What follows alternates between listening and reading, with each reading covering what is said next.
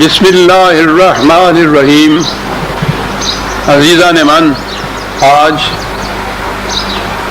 مئی 1984 کی 11 تاریخ ہے اور درس قرآن کریم کا آغاز سورہ المرسلات کی آیت 38 سے ہو رہا ہے، 77/38۔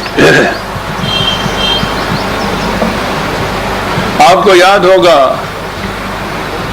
کہ حق و باطل کی کشمکش کا جو سلسلہ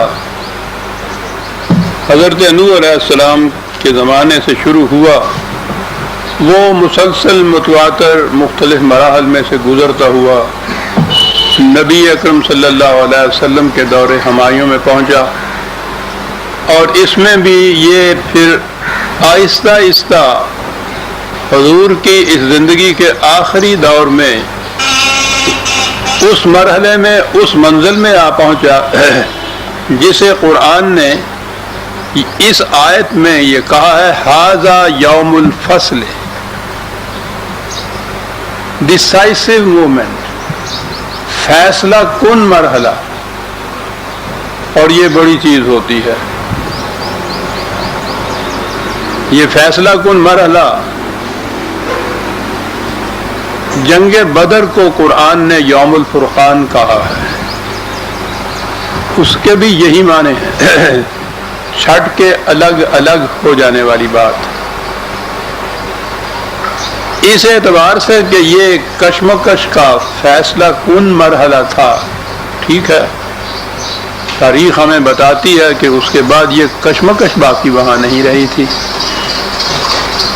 لیکن یہ فرقان یا فصل قرآن نے اس مفہوم میں بھی استعمال کیے ہیں یہ الفاظ کہ انسانوں میں بھی امتیاز ہو جائے گا، اور سب سے بڑی چیز یہ ہے انسانوں میں امتیاز ہونا جو ہے، اس لیے کہ سورہ یاسین میں یہ کہا گیا ہے 36/59، وَامْتَازُوا الْيَوْمَ أَيُّهَا الْمُجْرِمُونَ،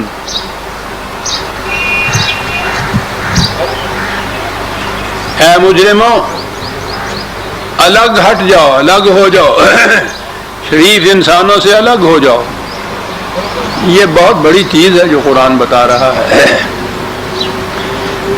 انسانوں کی سب سے بڑی مصیبت یہ ہے جو میں ابھی عرض کر رہا ہوں۔ حیوانات میں یہ پہچاننا مشکل ہی نہیں ہے کہ یہ بکری ہے، یہ بھیڑیا ہے، اس لیے کوئی بکری دھوکہ نہیں کھا سکتی بھیڑیے سے۔ یہ الگ چیز ہے کہ اس کے پاس اپنی حفاظت کا سامان ایسا نہ ہو تو وہ قابو آ جائے، لیکن وہ یہ سمجھ کے دھوکہ نہیں کھا سکتی کہ یہ بھیڑیا نہیں، یہ ہرن ہے۔ ہر حیوان کا امتیازی نشان مستقل ہوتا ہے، اس سے وہ پہچانا جاتا ہے، اس لیے حیوان دھوکے میں نہیں آتا ہے ایک دوسرے کے۔ انسان کے لیے دشواری یہ ہے کہ وہ ہر انسان جو ہے شکل صورت پیکر کے اعتبار سے، ویسے یہ جزیات میں فرق ہو تو اور بات ہے، لیکن ہر شخص انسان ہی ہوتا ہے۔ ان میں انسان اور انسان میں بھیڑیے اور بکری کا فرق نہیں ہوتا، اور یہ وجہ ہے کہ ہم دھوکہ کھا جاتے ہیں، اور ساری مصیبتیں، ساری پریشانیاں، ساری کشمکشیں اس دھوکے کا ہی نتیجہ ہوتی۔ ہمارے ایک دوست تھے، عام اصطلاح میں سمجھ لیجئے کہ زندگی میں بڑے کامیاب، آپ سمجھ لیجئے کہ کامیاب۔ ہم نے ان سے یہ پوچھا کہ یار تم ہمیشہ خوش باش رہتے ہو، ہم ہمیشہ روتے رہتے ہیں، اس کی وجہ کیا؟ کہنے لگا بات صاف سی ہے، کوئی شخص جو ہمارے سامنے نیا آتا ہے، ہمارے قریب آتا ہے، ہم سمجھتے ہیں کہ بڑا فریبکار ہے، اور اس سے ہم اس کے آگے چلتے ہیں۔ وہ فریبکار نکلتا ہے تو ہمیں افسوس کچھ نہیں ہوتا کہ ہم تو پہلے ہی سمجھے ہوئے تھے، اچھا نکل آتا ہے تو اس سے خوشی ہو جاتی۔ تمہارے قریب جو شخص آتا ہے تم سمجھتے ہو کہ بڑا یہ شریف النفس ہے، بڑا قابل اعتماد ہے، وہ ایسا نکلتا نہیں، تم روتے رہتے ہو۔ یہ جو چیز ہے کہ انسان کو اس کے حلیے سے پہچانا نہیں جا سکتا، اور ہماری تو پھر ساری شاعری اسی کے اوپر ہے۔ کیا کہتا ہے وہ، زلف آوارہ گریباں چاک او مست شباب، تیری صورت سے تجھے درد آشنا سمجھا تھا میں۔ وہ تو ایک مصرے میں کہہ گیا کہ فریب کس تو اول خوردہ بودم یاد نہیں آیا۔ یہ ہے چیز وہ فریب خوری جو انسان کے اصل ہے۔ یہ جو معاشرہ ہمارے ہاں کا غیر قرآنی معاشرے ہیں، ان میں انسان اور انسان کے اندر آپ تمیز نہیں کر سکتے، اور دھوکہ دینے والے تو ایسا میک اپ کرتے ہیں کہ پتہ ہی نہیں چل سکتا آپ کو اس سے۔ آپ سوچئے کہ وہ معاشرہ کیسا جنت بدوش ہوگا کہ جس میں دور سے انسان کو پہچان لیا جائے کہ یہ کیسا ہے۔ وَامْتَازُوا الْيَوْمَ أَيُّهَا الْمُجْرِمُونَ، آپ جنتی معاشرہ قائم ہو رہا ہے۔ اے فریب کارو، اے مجرموں، الگ ہو جاؤ، چھٹ کے الگ ہو گو۔ یعرف المجرمون بسیماہم، قرآن کہتا ہے کہ اس میں تو پھر مجرم اپنی پیشانیوں سے پہچانا جاتا ہے، سر چہرے سے پہچانا جاتا ہے۔ کتنا بڑا اطمینان بخش یہ معاشرہ ہوگا کہ جس میں انسان کی یوں پہچان ہو جائے۔ یہ جو قرآن نے فرقان اور یوم الفصل اور وامتاز الامتیازی چیزیں یہ بتائی ہیں، بہت بڑی رحمت ہے انسانوں کے لیے، لیکن کیا بتائیں، اور ہم تو اب قرآن کی یہ آیات دیکھتے ہیں، زیادہ سے زیادہ اس کا مفہوم سمجھتے ہیں، اس جنت کی تو جھلک بھی ہمیں نظر نہیں آتی کہ جہاں دور سے پتہ چل جائے ماتھے سے کہ یہ مجرم ہے یا یہ شریف انسان ہے۔ صاحب دھوکہ ہی دھوکہ ہے صاحب، جہنم ہوتا ہی دھوکہ ہے صاحب۔ ھذا یوم الفصل جمعناکم والاولین، اس سے پہلے بھی جنہوں نے کشمکش کی، فریب دیا، تم بھی جو کٹھے ہو سب کو الگ کر دیا۔ چنانچہ آپ دیکھیں گے قرآن کریم میں سب سے بڑی کشمکش منافقین کی وجہ سے تھی۔ وہ جو معاشرے کے اندر ملے جلے رہتے تھے، پہلے پہچانے نہیں جاتے تھے، اور پھر اللہ تعالیٰ کا قانون بھی وہ تو تبدیلی نہیں اس میں کرتا نا۔ نبی اکرم صلی اللہ علیہ وسلم جماعت مومنین سے کہہ دیا کہ ہم نہیں نام لے کے بتائیں گے کہ یہ منافق ہے اور یہ مخلص ہے، تمہیں ان کی علامات سے خود پہچاننا ہوگا۔ انہیں بھی نہیں بتایا خدا نے۔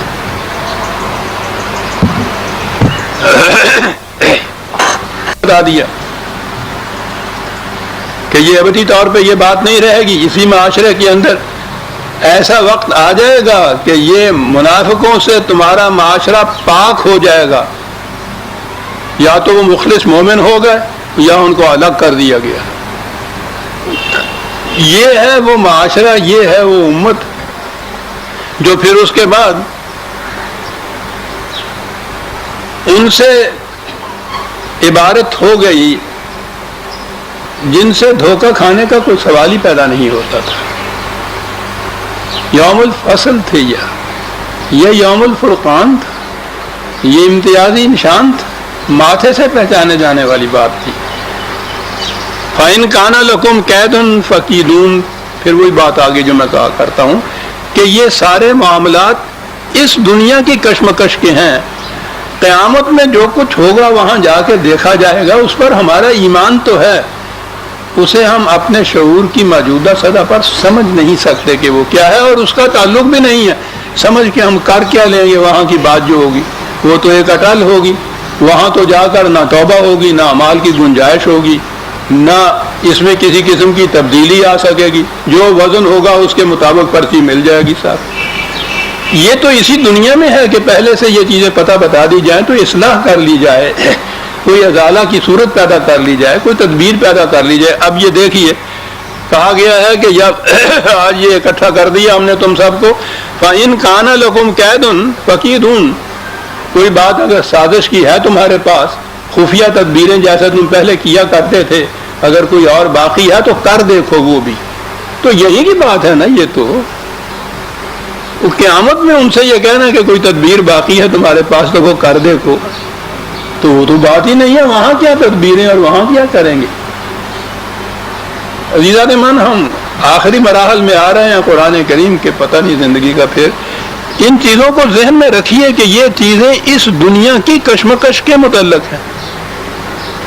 ویل یومئذ للمکذبین، پھر وہ جو تم تکذیب کیا کرتے تھے، جھٹلایا کرتے تھے کہ نہیں صاحب ہماری اس قسم کی روش کا نتیجہ تباہی کیسے ہو سکتا ہے، ہم نہیں مانتے، اس کو جھٹلایا کرتے تھے.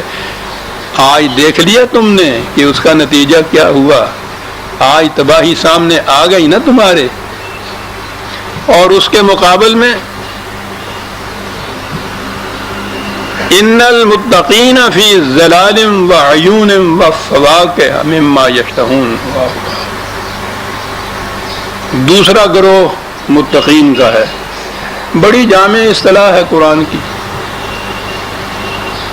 مفہوم اس کا ہے زندگی کے ہر خطرناک گھاٹیوں سے محفوظ اور بچ کر چلنے والے. اور محفوظ طریق تو وہی ہے جو صراط مستقیم قرآن نے بتایا ہے. انہیں وہ متقین کہتا ہے. یہی مومنین ہیں، یہی متقین ہیں. اصطلاحات مختلف اس کی ہیں. یہ متقین جو ہیں اب وہ آئے جنت کی طرف. وہی تشبیہات قرآن نے جو کہا ہے کہ تمثیلی انداز سے جنت کا ذکر کیا گیا ہے. لیکن جو جنت یہاں ملی تھی ان لوگوں کو، اس میں تو یہ چیزیں محسوس طور پر سامنے آئی تھیں. عربوں کے لیے سایہ اور چیری اور ٹھنڈے پانی کا چشمے، اس سے بڑی جنت ہی کوئی نہیں. جنت کے معنی باغ تھے، باغ جن کے نیچے پانی کی ناریاں بہہ رہی ہوں، گھنے سائے، چیری پھل جھکے ہوئے ہر ایک کی دسترس میں. یہ چیز تھی جو جنت. یہ ملی ان لوگوں کو جن کے ہاں آج بھی جا کے آپ دیکھیے مکہ معظمہ اور اس کے گرد ایک درخت نظر نہیں آئے گا، گھاس کی پتی نظر نہیں آئے گی. وادی غیر ذی زرع پہلے دن سے جو تھی آج بھی وہی کچھ ہے وہاں. انہیں پھر ایسی زمینیں ملی کہ پوچھئے نہیں پھر کہ ان کی خوشگواریوں کی کیا کیفیت تھی. ظلال وعیون. میں پھر عرض کر دوں اس میں کہ یہ معاشرہ اگر متقین کا ہو جائے تو یہی دنیا، یہی ارض جنت بن سکتی ہے. آپ سوچئے ایک معاشرہ جس میں کسی اجنبی سے آپ ملیں تو آپ اس سے کہیں کہ السلام علیکم، میں تمہاری سلامتی کا خواہاں ہوں، اور یہ منافقت سے نہ ہو، یقینی طور پر اسے معلوم ہو، وہ اعتماد کرے اس کے اوپر، قابل اعتماد ہو، جاننے والا ہی نہیں ہر اجنبی سے بھی یہ کہا جائے اور وہ اس کے ریسپروسٹی مقابل سے وہ کہے وعلیکم السلام، میں تمہاری سلامتی کا خواہاں ہوں. دو ملنے والے ایک دوسرے کو اعتماد میں لے رہے ہیں کہ میں تمہاری سلامتی کا خواہاں ہوں. کیفیت آپس میں رابطے کی یہ کہ یسرون علی انفسہم ولو کان بہم خصاصہ، یہ خود تنگی ترشی میں گزارا کر لے گا، اس کی ضرورت کو مقدم سمجھے گا. قرآن میں جنتیوں کے متعلق خصوصیت یہ کہ کسی کے دل میں چھپی ہوئی کوئی ایسی بات نہیں ہوگی جو وہ دوسرے سے چھپا کر رکھنا چاہے. اللہ اکبر. تو میں یہ تو معاشرے کا ذکر کر رہا ہوں. کبھی خوش قسمتی سے کوئی ایک انسان ایسا مل جائے زندگی میں رفاقت کے لیے جس میں یہ خصوصیات ہو، اور دونوں میں جنت پیدا ہو جاتی ہے. اور جتنی مومنین کی خصوصیات ہیں ان کو آپ دیکھیے کہ معاشرہ ہو ان لوگوں پر مشتمل جن میں وہ خصوصیات ہوں تو وہ جنت نہیں بن جائے گا. وہ جنت. اور پھر قرآن نے تو مختلف مقامات میں یہ کچھ بھی بتا دیا ہے. جنت عرضها السماوات والارض، 3/132۔ جنت جو آسمانوں سماوات کا ترجمہ بلندیاں کہہ لیجیے، تو عرض تو یہی زمین ہے نا۔ جنت کے یہ زمین اور یہ سماوی جو کچھ بھی ہے وہ سارے اس کے احاطے کے اندر ہیں۔ تو جنت کو لے لیجیے، عرض کو لے لیجیے نا آپ۔ عرض میں جنت بننے کے متعلق تو قرآن کہتا ہے، جب اس کی وسعت کو بتا رہا ہے کہ اس کے اندر عرض بھی ہے، تو یہاں جنت بنے گی۔ ایک اور مقام پہ اس سے بھی زیادہ ہے، متقین کا ذکر ہے نا۔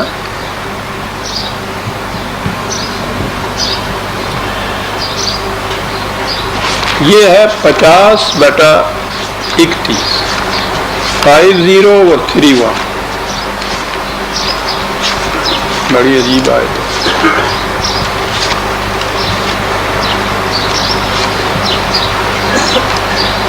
بلکہ 2-3 آیتیں مسلسل آتی ہیں۔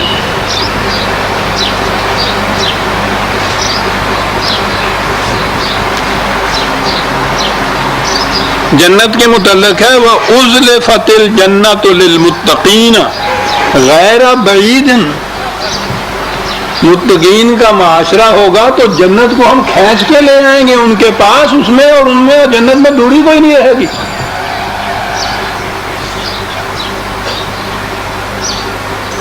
اگر یہ معاشرہ جنتی نہیں بن جائے گا اور ان کی وجہ سے یہ ارض جنت نہیں بنے گی، تو یہ پھر کیا معنی ہے اس کے؟ قریب تر کر دی جائے گی جنت، اس میں بعید بعد رہے گا نہیں۔